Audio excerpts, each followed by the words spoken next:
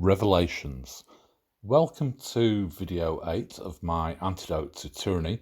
This will also be the equivalent to chapter 17 within Graham K. Griffiths' book Behold Jerusalem, and as such will feature in my Albion Landscape video series, which is the serialisation of Graham's book. This is Graham's own work and the serialisation of the items that he was forced to leave out of his original book, Behold Jerusalem. And so this was written 14 years after that date, back in 2018. These revelations refer to graphical sexual innuendo and practices, so I've had to really lock this down and put it as adults only.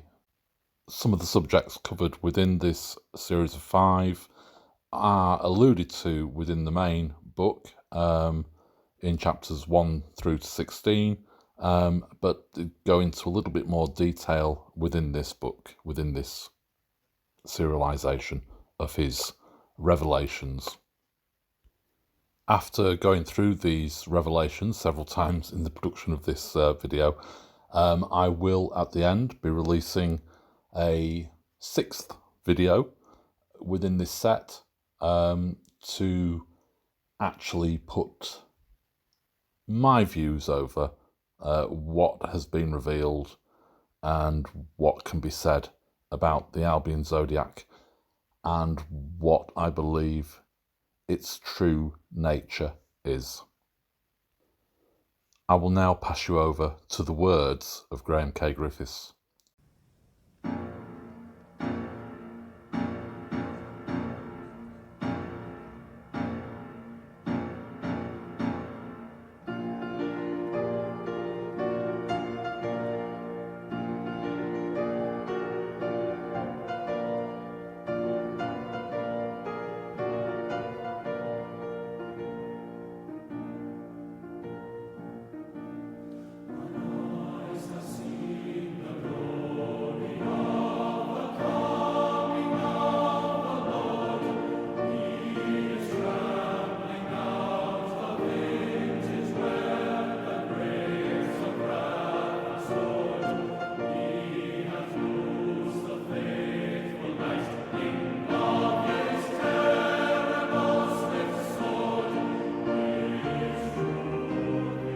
Article 3, opening the mouth of Christ to find therein a horror which 14 years later becomes a personal epiphany. Continuing the missing revelations as deleted from the book Behold Jerusalem. The discovery of the zodiacal miracle buried within the foundations of England, Wales, and Northern Ireland. By Graham K. Griffiths. After 41 years of mulling over this near inconceivable sight of star giants beneath my feet, and with 10 of those years spent in the intense researching and writing up of this discovery, my book Behold Jerusalem was finally out there and for all to make of it what they would. Phew. The only thing I then wished for was to just get back to doing what I hoped I did best, this just trying to again earn some much needed corn as an artist-illustrator, because I knew I was no author and never wanted to be one either. But, and for reasons already explained in my first article, my conscience soon became troubled. For I knew damn well that my book didn't contain all that I'd found. It felt as though I'd cheated, or misused the gift that I had been lucky enough to have presented to me as a boy upon that Christmas morning so long ago, a dazzling gift which was to carry on giving, and indeed, living even to this very day. In short, and in those weeks that followed my book's publication, I found myself returning to my maps, especially to that country lane beneath the loincloth of the Christ. In fact, I couldn't help feeling that it was him I'd let down most of all. Thus, by way of an apology to him, and upon a whim, I purchased a lump of iron, nickel meteorite, and found a blacksmith who was happy to melt, and beat it into a copy of that implement used by the Egyptian high priests in their most mysterious rite of all, that enigmatic opening of the mouth ceremony.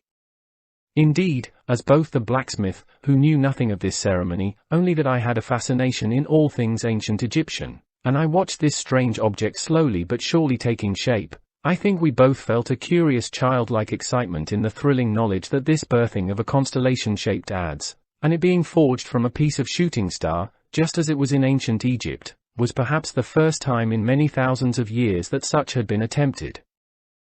Finally, and after several hours of subtle, and sometimes brutal deftness by the blacksmith, the 6 inches long red-hot hook was plunged into a tub of cold water, and out of the hissing steam came the most magically charged object I have ever had the pleasure to hold. This mini copy of that constellation of Ursa Major literally vibrated and sang upon the palm of my hand.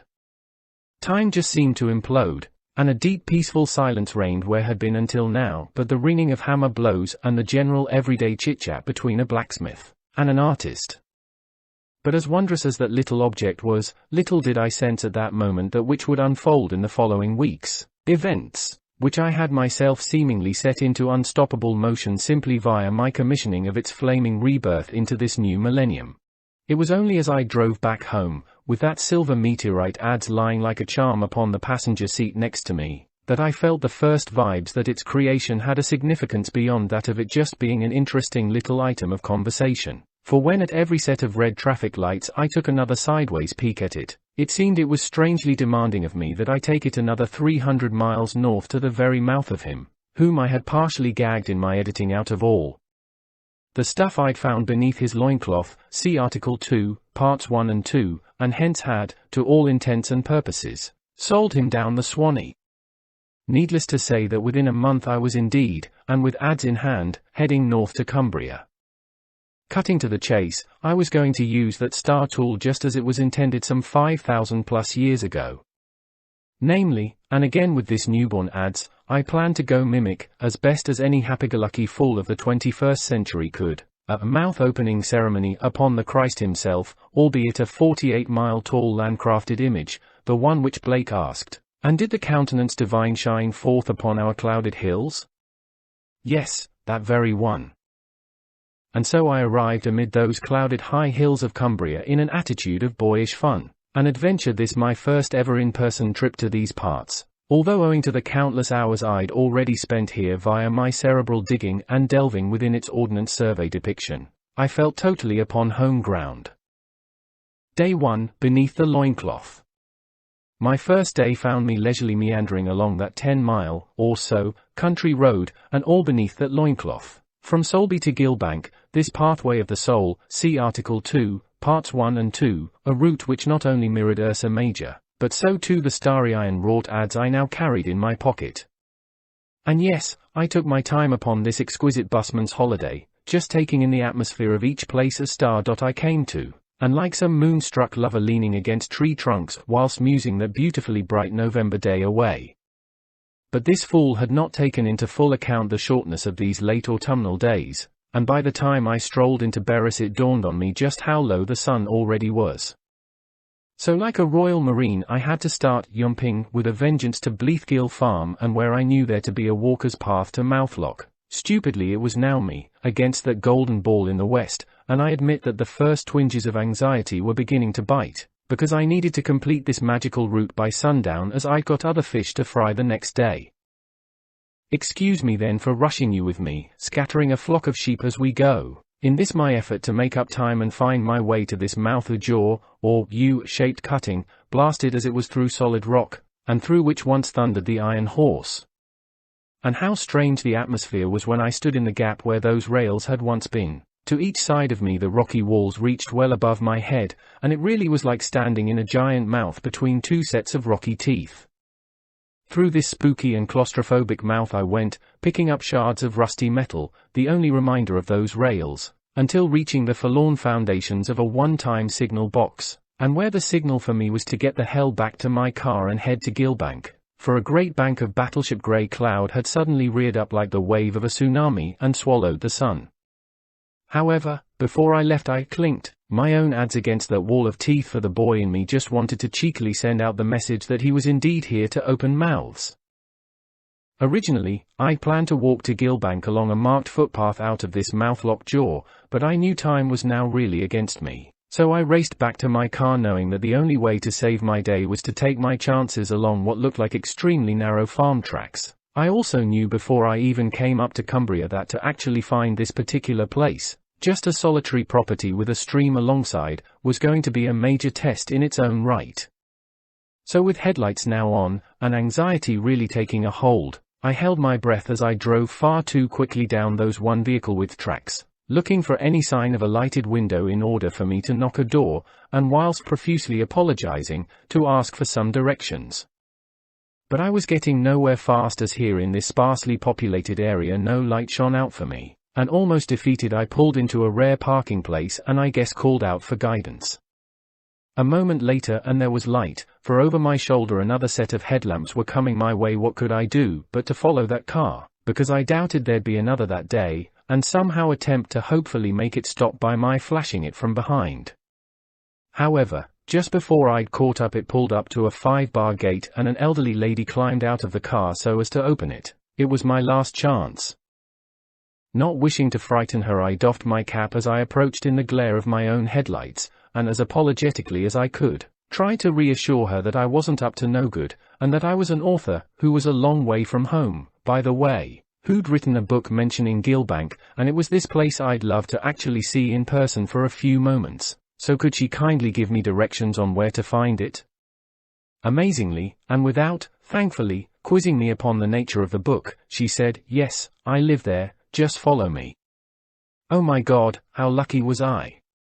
I followed her down a long bumpy track between fields, and which I knew I would never have found by myself, to her ancient cottage, and upon whose garden gate was magically painted in flaking letters Gilbank.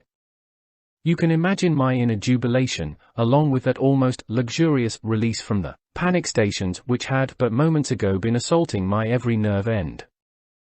The lady then just pointed to where the stream was and bid me farewell. I climbed over a fence in near pitch darkness, and there I was at the very tip of that route which had guided me along a gigantic 10-mile-long replica of a sacred instrument of ancient Egypt, let alone a copy of the constellation which I knew was about to make its own entrance above my head. I was indeed at the end of this day's quest, and I'd done it in the nick of time thanks to that marvelously trusting lady. From my pocket I then brought out my own adze, and dangled it in the water as a gesture of completion to whatever force had willed this wonder underfoot. Although my final gesture was to drop into the water a tiny piece of raw iron meteorite that I'd brought with me for this purpose, a silver nugget of star sperm to mark this enchanting spot. The next morning I would be on my way north to this Christ's actual mouth, unaware of that which was already lying in wait for my arrival there. Day 2, sucked into a trap. Upon a morning of glittering frost and a sky of pale delphinium blue, I set off to the mouth of Christ. Although before getting there I wanted to make 3 quick stops, the first being the village of Temple Sowerby, see behold Jerusalem. A one-time Knights Templar base, a temple, and seemingly, in both placement and name, they knew very well where they stood. I say this because upon this Cumbrian Passion Play, the place is significantly stationed upon the right shoulder of this crucified Christ. And doesn't this Sowerby by the Sower strike you as it did me? For surely one needs no imagination in picturing Jesus himself as the sower, either by virtue of his famous parable of the sower, or by the Gnostics' more risque version of him, whereby the seed he sowed was semen, see Article 2 Part 2, our word seed, incidentally, coming from the Greek word for semen. And do remember too how we've already discovered in my previous article that the name Jesus itself translates as, the semen that heals or fructifies the God's juice that gives life. Indeed, it's believed that the Templars themselves practiced a belief system closely linked to Gnosticism, and thus this their provocative temple by the sower may well be verification of such. Before we leave Temple Sowerby, however, another point of interest comes when we find that the actual site of this Templar base is to be found a little way out of the village. Today a 16th century National Trust pile sits upon the original Templar 1228 foundations, although it still bears the name those warrior monks gave to it, this being Acorn Bank. And as we drive away, doesn't that name Acorn take you right back to all that swallowed acorn and knowledge, imagery we found so abundantly written within the belly of that Piscean fish within a fish, see my Article 1, we caught on Dartmoor? Along this right shoulder I then drove to the hamlet of Hunsonby, which is upon the closed lid of Christ's right eye, incidentally. His closed eyes are delightfully sculpted by a narrow ribbon of water which forms two simple up-turned and tear-filled crescents, a most satisfactory bit of depicting closed eyes to the eye of any cartoonist. However, it's this river's name which really does bring a tear to my own eye. It's the Robberby water, think about it, by the robber. And was not that robber, nailed on the cross next to Jesus, perhaps the last person Jesus both saw and spoke to, "See, behold Jerusalem," before he shut his eyes? The robber called to Jesus, "Lord, remember me when thou comest into thy kingdom," to which Jesus replied, "Verily I say to thee, today shalt thou be with me in paradise." Luke 23 verse 43. And yes, that robber is indeed beautifully remembered upon the very eyes of this green Christ in Britain's own portrayal of a star-garlanded garden of paradise. Of course, how could I not then stop a moment on that Hunsonby eyelash and taste these blissful tears? I then drove over the bridge of his nose to the village of Melmerby upon the watery left eye, and there reminded myself that when writing my book I found that this name hid another from ages past, this being Maelmure, and which meant St. Mary's servant, and he was. Prior to us heading down the line of his nose in search of that all-important mouth, I really must make it clear that my intention of opening Christ's mouth with my own replica ads was to be nothing more than a personal gesture of gratitude towards again whatever force, name it how you like, had created this whole wonder within the floor plan of Britain, and for giving me the eyes to have seen it. Likewise, in this my simple act of dipping my ads into the beck which formed this Christ's mouth, and then gently pulling it through the surface of the water towards the lower lip, was itself my innocent acknowledgement of that which had presented itself beneath his loincloth, that 10-mile-long mirror of both constellation and sacred ads, and an ads which had Gilbank written upon the tip of its hook a stunningly simple instruction, unlike those instructions which come with flat-packed wardrobes, that it was ever meant to be placed in the mouth of this Cumbrian Christ, for his mouth, and remarkably so, bears the same place name albeit some 20 miles to the north. Thus in my own innocent way I intended to make it happen in a playful, message received and understood, gesture. But know too that I wasn't in any way armed with any mystical inside information as to the correct words, either whispered or chanted, used by those Egyptian high priests when originally performing this ceremony of ceremonies, but neither did I care. You see, this my 300-mile journey north was made purely out of love. I was but a kid with a large fishing hook made from the metal of a fallen shooting star, or the sperm of the Egyptians' creator god Atum, and to simply experience my rippling of the water of that mouth, minus any daft pseudo-priestly robes, embarrassingly made-up vocals, whilst just musing all I knew, was to be magic enough to send me home feeling sincerely well blessed. Join me then upon this afternoon of jewel-like November sunlight, and with the fields and high hills of this absolute height of England shimmering all around me as I drove down the line of his nose, and once upon its tip began my search for Gilbank, a search which I knew would be just as difficult as yesterday's was for that other Gilbank beneath the loincloth, for again this place was but a solitary farm building with a beck alongside it, and from yesterday's experience I knew that these lonely farmhouses lay hidden away down dirt tracks that meandered out of sight, and neither did these farms care to advertise their presence via any nameplate fixed to the 5-barred gates, which fronted the tarmac of any passing lane. Seemed only initiated postmen were privy to their whereabouts.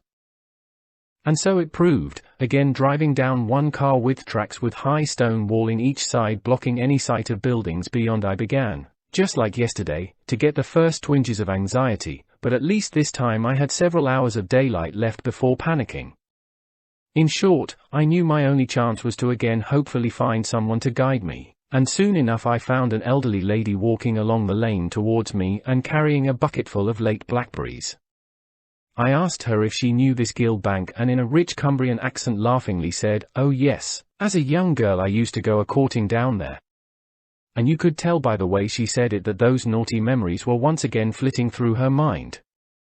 However, after 20 minutes, and a bewildering set of verbal directions, I bid her farewell and happy memories, knowing that I'd already forgotten most of what she'd said. Although at least she'd made a few pointed finger gestures over the top of the field walls as to the general area I was to make for, along with some idea on distance, but which all counted for naught as I was soon feeling again very much lost and bothered, and for all I knew I could well have begun driving in circles. Like yesterday evening, I needed another guiding angel to appear, and yep, another one did. As I came round a sharp bend, I saw an old chap, shepherd's crook in hand, chatting to a BT engineer whose van was parked in front of a farm gate. So I called out to the shepherd if he knew where Gill Bank was, and guess what, with his crook he tapped the gate post next to him and said, "'Tis here, young man." I couldn't believe my luck. Just like my trying to find that other Gill Bank, Providence had placed a person by the very gate in readiness for my arrival. The shepherd informed me that the property lay well beyond the gate, and although he didn't live there, told me to just drive down the track as the old farmhouse was used as a holiday let, and that no one was using it at that moment. He even ushered the BT guy and his van out of the way and held open the gate for me, and all this without ever inquiring of my business there. As I inched my way slowly down this narrow and deeply rutted track between high stone walls, exhaust rattling and clanking as it grazed the upraised center between the ruts, and wing mirrors taking scrapping blows to each side, even though I'd folded them in. I just knew that I would never have found this place without that old chap's help.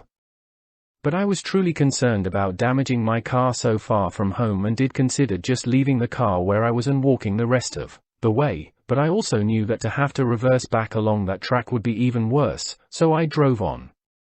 Soon a roof came into view beyond some leafless trees, and I guessed maybe just 100 yards away. I was wrong the distance.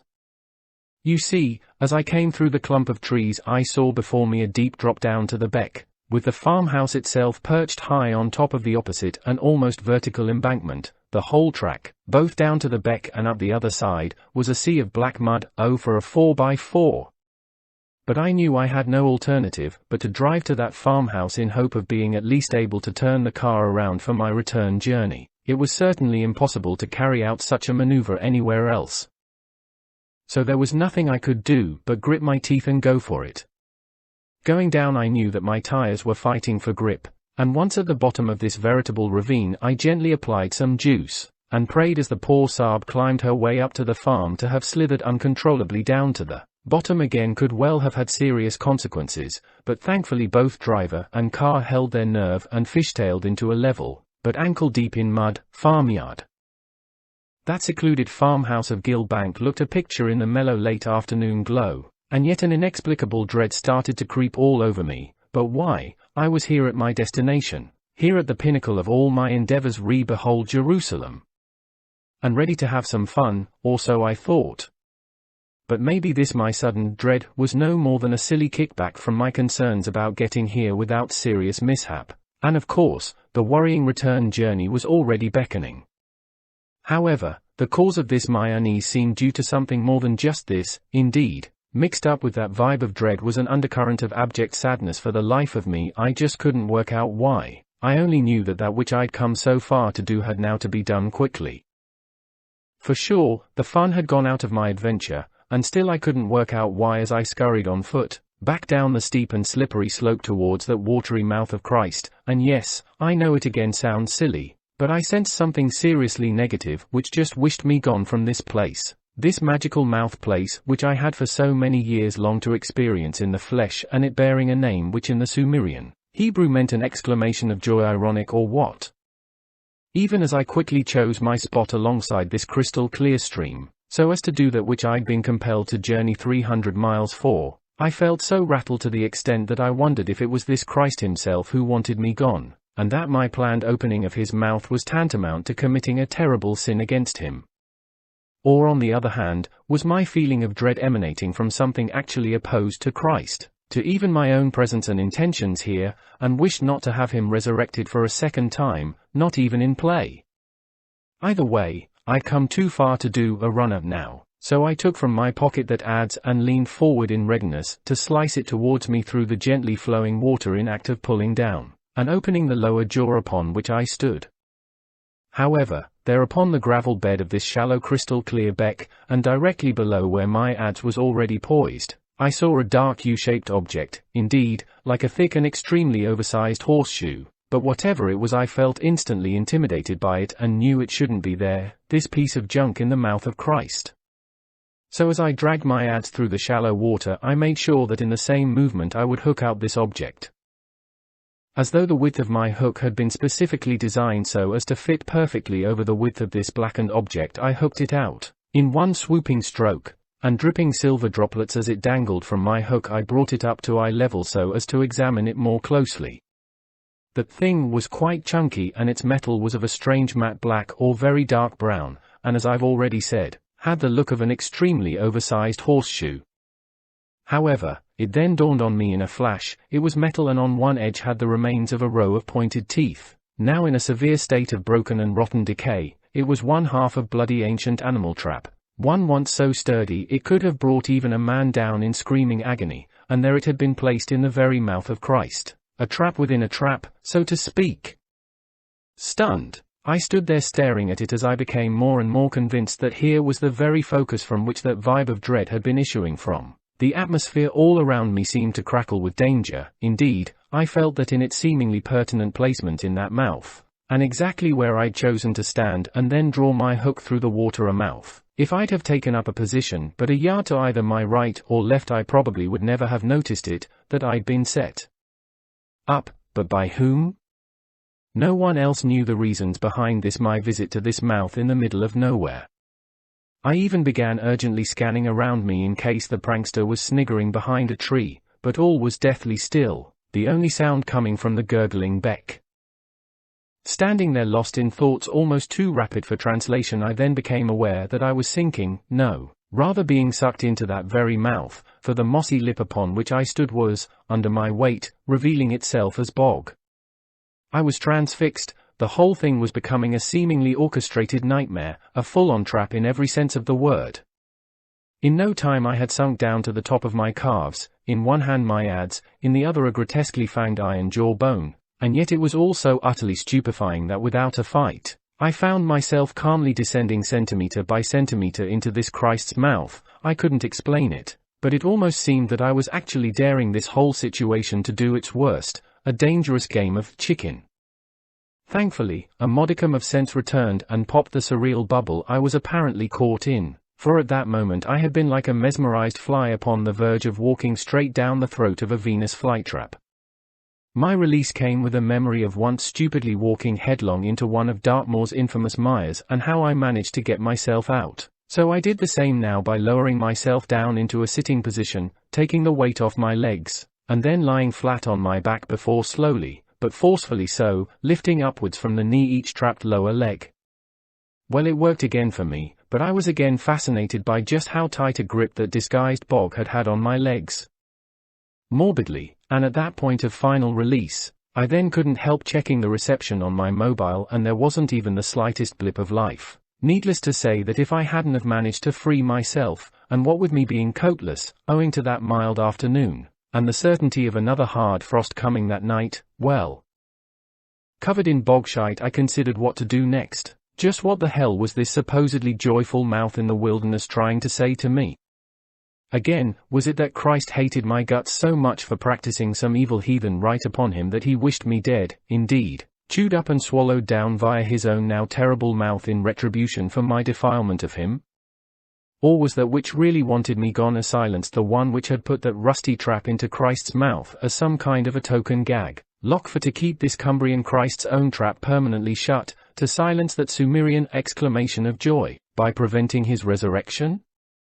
If it was this latter scenario, had I now, in a sense, unlocked that jaw, remember mouthlock written upon the adze beneath the loincloth, via my removal of that trap?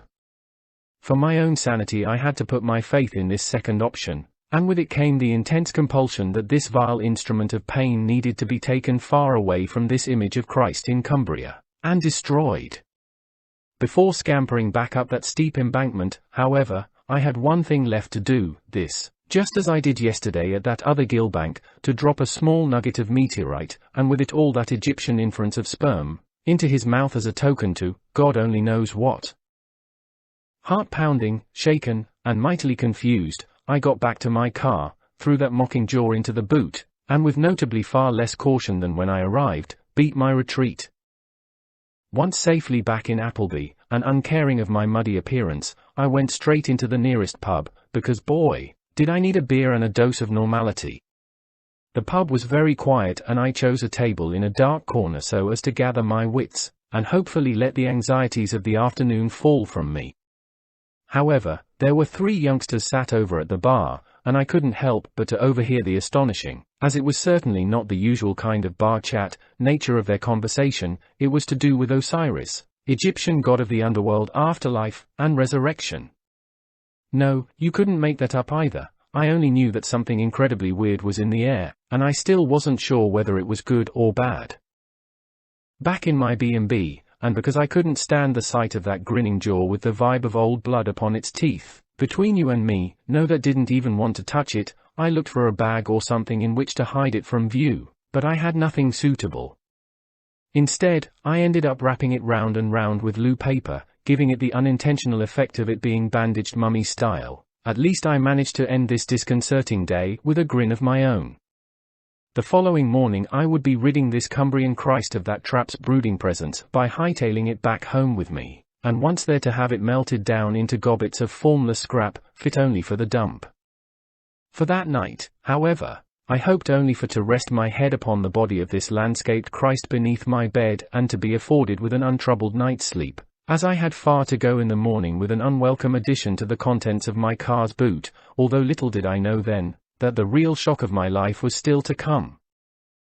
Asterisk note, before dropping off to sleep my last thoughts re the events of the day did soothe me a tad, and they went something like this. In my innocent gesture of opening Christ's mouth was I, however, also carrying out that, which the genius in the landscape had been subliminally urging me to do ever since I found Gilbank marked upon the mouthpiece of that adze, beneath the loincloth, namely to take that Gilbank, now symbolically upon the tip of the replica adze I'd had forged, to that other Gil Bank which marked Christ's mouth, there to then notice that submerged trap a gag, even in a sense that stumbling block a scandal. See previous articles, and to fish it out with my own replica hook in act of cleansing the spot, and even re-resurrecting him in a sense giving him his voice back? Next morning, and as I put the key into the ignition, the answer to the above had become a definite yes. But if so, I had been seemingly used. That said, if I'd have known in advance what was needed of me, even taking into account that which was still waiting in the wings so as to totally freak me out in a week's time, my answer would still have been another yes. Once safely home again, let's just say that the first thing I did was to chuck that thing into the shed, because there was no way I was having it cross my threshold, such was my continuing distrust of it. The second thing I did was to phone the blacksmith who had made my meteorite adze, and without going into any detail asked if he could do another job for me, this time not by actually making anything but rather to unmake something already existing. And yeah, it was a strange request, but without asking one question in return, what a relief, he agreed to do the deed. A few very uneasy and jittery days later, because believe me, that thing in the shed still had the power to trouble my thoughts, I set off to the blacksmith's forge upon a morning of freshly fallen snow, and oh how beautiful it was, indeed, so gorgeous that it actually helped to ease my tension, the heavily snow-festooned tree branches making for me glittering Gothic arched tunnels to drive down, and all set against a piercing blueness which I the artist could never hope to replicate. 45 minutes later I opened the door of the forge and walked into its hot welcoming scent of ancient tools, and forge fire, that fiery womb from which my adze, which I still carried in my pocket, had had its own magical birth. But here I was now upon a reverse mission, this time to create nothing, but rather to destroy, to obliterate, and to blast back to hell that object which I guess, like a surgeon, I'd removed from that mouth, or more properly, which Christ had, in effect, spat out of his own mouth. Out of the fire. My blacksmith, let's just call him Joe, stood square on in his spark-burnt apron, sleeves rolled up to reveal arms befitting of his trade, and quietly ready for whatever task I was going to throw at him, and yet his normally rosy-cheeked and friendly face this time belied what must have been the many questions he had been building up since my cryptic phone call, and the nub of these, naturally enough, was what on earth had I brought with me in order that he should, after a lifetime of making worthy objects, be now asked to melt down an already made object into unrecognizable gobbets of scrap metal, and for what balmy reason anyway? I sensed all this from him and felt like a complete fool in his strong presence as I laid upon his work table that loo paper wrapped item, and then with head bowed took a step back almost in way of a feeble apology for wasting his time, sheepishly adding at the same time that I'd found the thing in a stream, but said nothing regarding that stream being the mouth of some 48-mile-tall landscape depiction of the Christ, neither that it was the star ads he'd made for me which had hooked that object out. But Joe, bless him, again refused to add to my noticeable tension by questioning me further, and neither did he give out any sign that he thought me an idiot, not openly at any rate, and proceeded to rip off the loo paper. Why hadn't I done that before stupidly presenting it to him? Whatever, and now unwrapped for the first time since leaving Cumbria, that black trap was now held in Joe's no-nonsense grip as he quietly studied its every contour. Why is it that matte black color and not just rusty orange? I asked. He replied, maybe some mineral in the water. I then asked, how long would you say it had actually been underwater? He said, I'll soon tell you. Within the blink of an eye Joe had suddenly snapped the thing in half, and I was taken aback at just how easily that seemingly sturdy thing had indeed snapped, within its outer show of rigid strength, and albeit somewhat worn away fanged ferocity, this trap was soft and rotten to the core. At least 50 years judging by this, was his answer to my question, and with it cleared up that feeling I'd had that someone had recently set me up, by planting it in readiness for my arrival at Gill Bank, unless, that is, it had been purposefully planted 50 years in advance of my visit. Or was it that it had been innocently tossed into that stream, in another place altogether, all those years ago, but via the will of that force which had created this colossal conundrum underfoot, had, for a reason, been washed down to the very spot where it was predicted I would stand so as to open that Christ's mouth, and this again, for a reason? Or then again, was there no mystery whatsoever? The junk just coincidentally ended up there, end of. Quickly, and before Joe could wreak any further damage on it, I asked him to return it to the table so that I could take a photo. Incidentally, from what I can remember it was at least 12 inches in width. From the little I knew of Joe, previously having spent but a morning with him, I nevertheless gauged that behind his outwardly pleasant persona was a most down-to-earth man of normally few words, and not given to expressing his emotions easily, especially not to relative strangers like myself, the strong, silent type, I'd say. Certainly an old-school type of chap, and one who would perhaps give very short thrift to any mystic mumbo-jumbo, indeed, and for this same reason, I'd never mentioned my wacky book even upon my first visit to his forge in order to have my ads made, merely saying that I was an artist with a passion for all things ancient Egyptian, and that the constellation-shaped item to be made was thought to have had some ceremonial purpose. However, and back to the piece of junk I'd now lumbered him with, as he stood hovering near that table while I took the photo, I sensed, rightly or wrongly, from him a degree of impatience, even anger towards either the presence of that trap within his forge, or my own wasting of his valuable time with this my idiotic request. I was of course going to pay him, but either way, and as I stepped back from that table, he pounced upon that now broken-in-two trap like a man possessed, for in a flash he had taken up both pieces in his vice-like grip and began to tear them apart as though they were a couple of crunchy bars. That black and evil implement, designed to either snap the ankle of man or beast, or else keep that mouth of Christ permanently shut tight, fell from his mighty fists as a crumbled golden dust onto his table, not unlike, I'd guess, how some iron object fetched up from a sunken wreck might perish after exposure to the air. I was speechless, it was all happening too fast. He then with the side of his hand brushed the heap of gold burnt orange dust, along with one or two remaining lumps, onto a sheet of paper which he then unceremoniously gathered up to make a bag and whisked it over to the glowing forge. The flames leapt up in joy of being fed, while with forceful thrusts of his poker Joe rammed the stuff further down into the throat of his hungry dragon.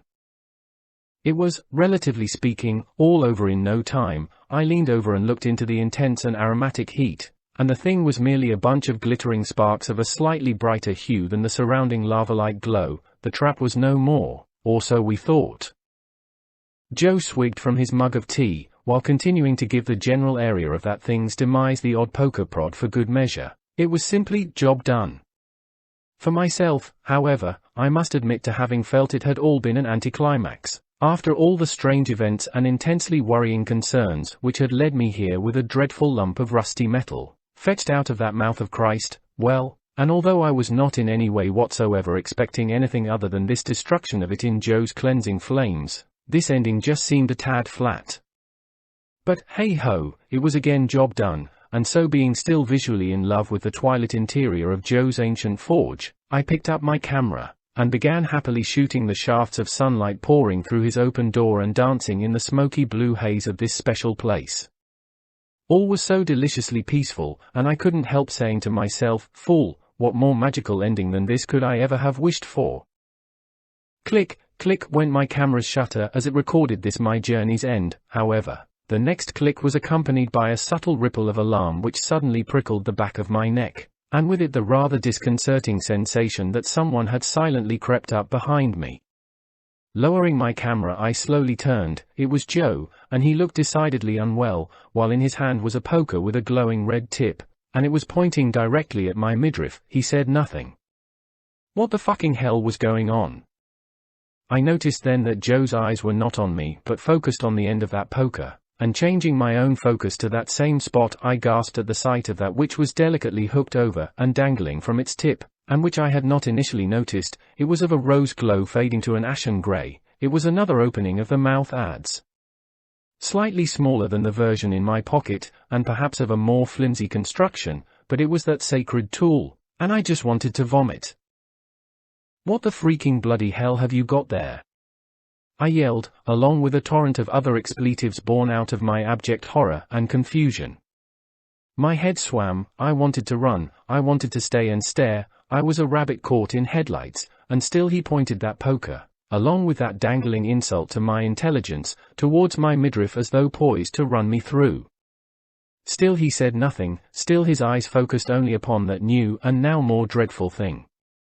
I nearly said, "Joe, if this is some kind of joke, I'm not bloody impressed, mate," but the words didn't come because his own ashen face told me it was nothing of the kind, for I could see that he was as appalled, no, as sickened and dazed, as me. Indeed, I knew him well enough even in these few shared hours that he was a far too noble and decent a man to have pulled such a childish prank on me. Further bemused minutes passed before Joe finally spoke and broke the now suffocating silence. Quietly, almost whispering, the big burly guy said in a voice noticeably quivering with emotion, that as he parted the coals with his poker so as to check that that metal rubble was, as intended, no more than unrecognizable fragments which later in the day he would clean out with his dead coals and commit to the ash can, he found this adze already formed in the spot where that thing had nigh on melted. In short, that trap, albeit obliterated beyond any clue as to what it once had been, and unlike in the making of my own adze whereby hours of deft hammer blows, plunges into cold water and returns into the furnace of the forge were needed to form its intricate shape, this new one had created itself within moments. Of course, we both knew this could not be. It was an affront to all the laws of metallurgy, and a complete insult to anyone's intelligence, yet there it was, a stiff middle finger gesture in the face of all we ever thought was impossible. It was truly absurd. But it was hanging there at the end of the poker as a grinning challenge to our very sanity. This, I assure you, the shock of both our lives. I felt increasingly nauseous, and the feeling lodged in my throat like a ball of hot sick, and I knew I was visibly shaking. But Joe somehow gathered himself, and in a voice almost not his own but one of a strange monotone flatness, asked if I wanted to keep this thing, for if I did he would plunge it into the drum of cold water, and still it dangled off the now cooling tip of that poker. And still his eyes were glued to it, and yours truly was struck totally dumb. And yes, some may say that my discovery of star giants rising up through the foundations of England, Wales and Northern Ireland has itself an affront to common reason, and yet for me this beautiful landscaping sings of something positively joyful and holy, whereas this shocking episode revolving around that lump of crap smacked of something sinister and threatening. Indeed, at that very moment of its unlawful self-creation into another opening of the mouth adze, I judged it ante to everything I'd found. This was, in a word, disgusting to behold. So yeah, I was already feeling scared and sick to my stomach, but with Joe's deadpan question my scrambled mind went to war with itself. On one side roared temptation, on the other the forces of repulsion roared straight back. God, how I wanted to keep that self-created adze as proof of this mind-boggling happening, but so too did I want it thrown back into the furnace, for surely this was something potentially evil fighting to save its own skin, by tempting me into taking it back home with me as a treasure beyond compare. It was like being caught in a living fairy tale, wherein the ugly evil old witch, whom I was just about to decapitate with my singing blade, craftily transforms herself into a delicately angelic little girl. Needless to say that I was utterly beguiled by that dangling object, for in its magical metamorphosis from the detritus left from that vile and decaying trap, into this slender rendition of a constellation, was a charm which ignited sheer lust in me. Time was defeated, I swear even my heart had given up beating, and yet as calmness personified I ordered the blacksmith to send it back to the flames, though not before I aimed my camera lens at it, because who the hell was ever going to believe what had just happened if I hadn't got proof?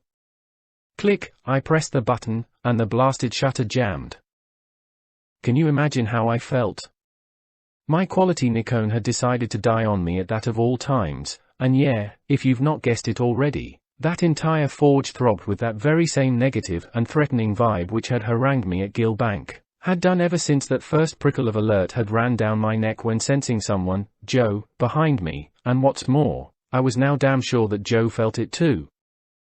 No matter, I'd made my mind up and Joe plunged that unwanted tempter back deeply into the glowing red eye of his forge, and followed through with several vengeful thrusts of his poker, and amazingly as he did so we both witnessed it writhe within a weirdly greenish tongue of leaping flame descriptive, perhaps, of a sudden release of combustible gas. It was almost as though we'd thrown a live snake into that terrific heat, and yet within another second it seemed to stiffen and reveal itself as brittle and hollow as an empty eggshell, like fairy gold becoming no more than a handful of dried leaves. The thing had itself reverted back into that detritus out of which it had created itself. In another few moments we could see the thing was no more than a few tiny glowing scabs. It was gone. Tell you what though, nothing but nothing was ever going to erase it from my memory, nor Joe's, I shouldn't wonder. Before leaving Joe I of course asked him of his own professional opinion of that which we had just witnessed. Still in a kind of expressionless stupor, as I was myself, he simply answered that that which had just occurred was beyond his lifetime of metalworking to make sense of. The big man looked like a little boy lost, even more so once I had finally confessed that I'd fished out that trap via the very adze hook he had previously made for me, an instrument, I told him, used to hook open the mouth of one deceased in order to allow the soul to re-enter via the mouth, in a word, resurrection. When I then fetched a copy of my book from my car for him, and showed him exactly where I'd been fishing, in that mouth of him who was a 48-mile-tall Christ crucified upon Cumbria's clouded hills, there was nothing more to be said. We hugged as though in sympathy and compassion for each other's distress and bewilderment, and I went and threw up on the snow behind my car before driving home. 2 weeks later I took the chance of having that presumably ruined film developed, and, yes, it seemed that the gods really did want that extraordinary self-metamorphosed thing recorded after all, as proof that not everything in this world can be explained away by reason and scientific formulae, nor even by that bloody last resort of a get-out clause we call coincidence. 14 years later, however, and sitting here now reliving all of this, I still find myself uncomfortably perplexed by the above events, indeed, frustrated to the point of feeling a total failure. Why? Because I believe with all my heart that I have failed to interpret fully the reason why beneath this Christ's loincloth, there is a 10-mile-long copy of that ancient Egyptian opening of the mouth adze mirror of Ursa Major, image of a sperm, and this placed exactly where his genitals should have been, not to mention my finding of that blasted trap, and what then transpired in the forge. In short, my friends, I feel I have been, and still am, unforgivably deaf, blind to what must be the screaming final word to this my entire discovery. Without it I have let the whole thing down, and I have, and continue to, mentally beat myself up on an almost daily basis as a despairing consequence of it all. It goes without saying that every single day since that episode in the forge I've racked my mind in effort to glean the definitive answer as to what happened and what it meant, and many other times I have pleaded out loud for Christ, yes, the Christ himself, to just ease my inner turmoil via some sudden bolt of clarification as to the real reasons behind my fishing, hooking out of his Gilbank mouth that damnable animal trap, followed by that gobsmacking sight of that same trap rebirthing, no, resurrecting of itself, because that's exactly what the bloody thing did. From out those flames, becoming itself a perfect copy of that sacred adze, which I believe Joseph of Arimathea and Nicodemus used to resurrect Jesus in the tomb, but hang on blimey. Is that which I've just typed the simple yet shattering truth of it all? Have I, with this my narration of that trap's own resurrection, just taken the crystal clear words, as I did the trap itself, literally out of Christ's very own mouth? In short, was this his own verification that that trap's own metamorphosis into that adze used in the most sacred Egyptian ceremony of all, and this to raise the dead, is indeed the truth behind his own victory over death, and which he now wants us all to know and experience for ourselves? Could this message alone be the one that's caused the heavens to sing out from beneath the floorboards of Britain? For look, if rusty old iron can resurrect itself, my God, just imagine what we could do. Fool that I am, have I in stating the above just ignited the simple and joyful answer to my 14 years of soul-searching hell? This which Christ has just laughingly bellowed into my waxed-up ear holes is that knowledge which the Bible has hitherto robbed us of, itself being the very scandal we suspected in Solby's scandal Beck.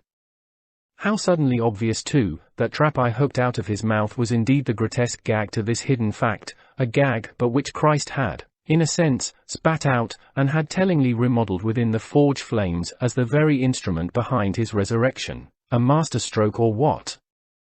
Hence the whole purpose of that gag, so as to obliterate exactly this revelation, that the opening of the mouth ceremony had been performed on him, and thus again this gagging act, via that wonder from the forge, has been miraculously used and turned totally back upon whomever, whatever wished to keep his mouth permanently shut. To this fact the gag itself remade into a veritable loudhailer of the truth, which had been safely hidden beneath his loincloth, where nobody would think to look, in readiness to blow the lid off everything, and with it the scandal is joyously outed.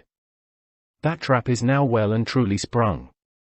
Indeed, that adze dangling off Joe's poker was Christ's own real-time exclamation of joy to me, to Joe, to everyone with eyes to see, and such already predicted via that Sumerian, Hebrew meaning behind the word Gil as written upon his own Cumbrian lips.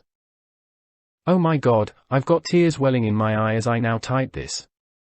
Herein again, in electrifying real-time, another blissful example of the childlike humor and magic which has arrived as an exclamation of joy, this time even from out of Christ's own mouth, and which as always arrives in the nick of time so as to help this old fool out of a spot of suspected insanity with a belly laugh, along with the sudden appearance of a glowing signpost marked, "Don't worry anymore, you're home and dry." And yes, this sudden and simple clarification could well be the absolute final distillation of the whole reason why these almighty zodiacal star giants, gathered as they are into the vast shape of an archiship, see my book, have breached the foundations of this corner of our earth, and which has the Christ nailed at its apex, indeed upon its very mast come cross, and they're surely high enough for all the world to see. To see such written upon a cross 300 miles tall should be miracle enough. But to then lift that loincloth is, I believe, to realize just why this vast picture created by a love divine has arrived upon all our doorsteps, and that picture cries, all is alive, for again just look what the living rock has done to Britain. All matter is superconscious, nothing is impossible anymore, for see how even rusty fragments as spat out of Christ's own mouth, and intended to gag his final message to us, were reformed and rendered anew, moreover, became the very starry hook which opened his own mouth and brought about instantaneous resurrection, and in the flesh. And as you witness all of this, know that death, as a consequence, is to be utterly defeated. And wouldn't such news bring unbridled joy? Certainly, Cumbria's 48-mile-tall Christ is crying out to the world a message which warrants ecstatic rejoicing, for learn now that the Sumerian Hebrew translation of that word Gil, and which marks his mouth, not only means an exclamation of joy, but so too rejoice, a rejoicing, along with the exalted one, likewise being glad, and to be excited unto levity, or to shout exultantly. And if that's not enough, get this too, it also means to tremble with excitement. Thus, from this crucified Christ's Gil-bank mouth comes no cry of pain, but rather one of ecstatic release, and this presumably prompted by what can only be some intensely beautiful feeling going on within his being, a feeling which apparently causes his whole body to tremble. And what with our tracking of sacred star sperm from his loins to his mouth, could I venture that this his cry of joy is somehow orgasmic in nature?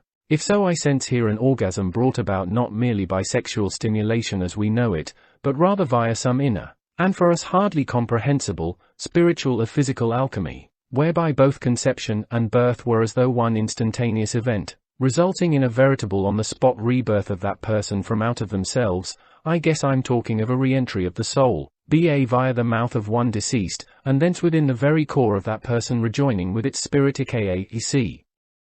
Article 2, Parts 1 and 2, in a lover's embrace, causing not only the conception, but so too the orgasmic cry of one resurrected or reborn, and all this seemingly triggered by that mysterious opening of the mouth ceremony? In answer to myself, I don't know. But what I do know is that an opening of the mouth adze has been found stowed away beneath this Cumbrian Christ's loincloth, in itself surely a nod and a wink towards the sacred sexuality as once reverenced by our ancestors.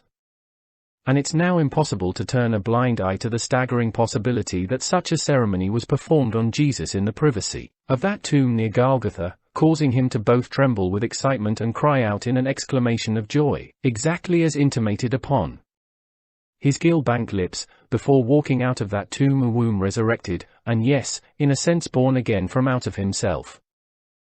Once again, could all these strange and taboo whispers rising up from the body of this Christ, let alone that which occurred within a blacksmith's forge, be between them somewhere near to the truth behind the events which led to Christ's resurrection, and which certain folk throughout time might have striven to keep from us by laying stumbling blocks across our thought paths, and by the setting of heretical traps for those who always knew there was more to Christ's message than the Church had told them?